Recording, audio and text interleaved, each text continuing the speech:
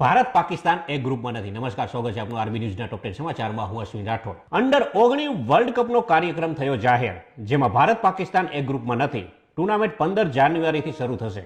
ઇન્ડોનેશિયામાં mount સેમેરુ પર જ્વાળામુખી વિસ્ફોટ, 13 kilometre ઊંચા ઉઠ્યા રાખના ગોળા, તંત્ર હાઈ એલર્ટ પર. યુદ્ધ વિરામ વચ્ચે ઇઝરાયલનો ગાઝા તથા લેબનોનમાં ભીષણ હુમલો, 41ના મોત.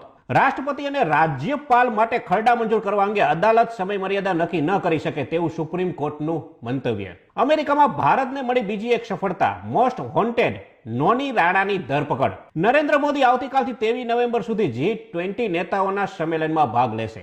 યુક્રેનમાં રશિયાના ડ્રોન અને મિસાઇલ હુમલામાં 19 લોકોના મોત. લાલ કિલ્લાથી કાશ્મીર સુધી અમે જ કરાવ્યા હુમલાઓ અને કરાવતા રહીશું. પાક નેતાની આતંકી હુમલા પર મોટી કબૂલાત.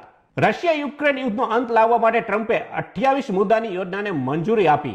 એક અહેવાલ અનુસાર આ રિપોર્ટ બહાર આવ્યો છે. કર્ણાટક સરકાર કૂતરા કરડવાથી મૃત્યુ પામેલા લોકોના પરિવારોને 5 લાખ અને ઘાયલોને 5000 રૂપિયા આપશે. તો આ હતા આજના ટોપ 10 ન્યૂઝ અને હું હતો આપની સાથે અશ્વિન રાઠોડ.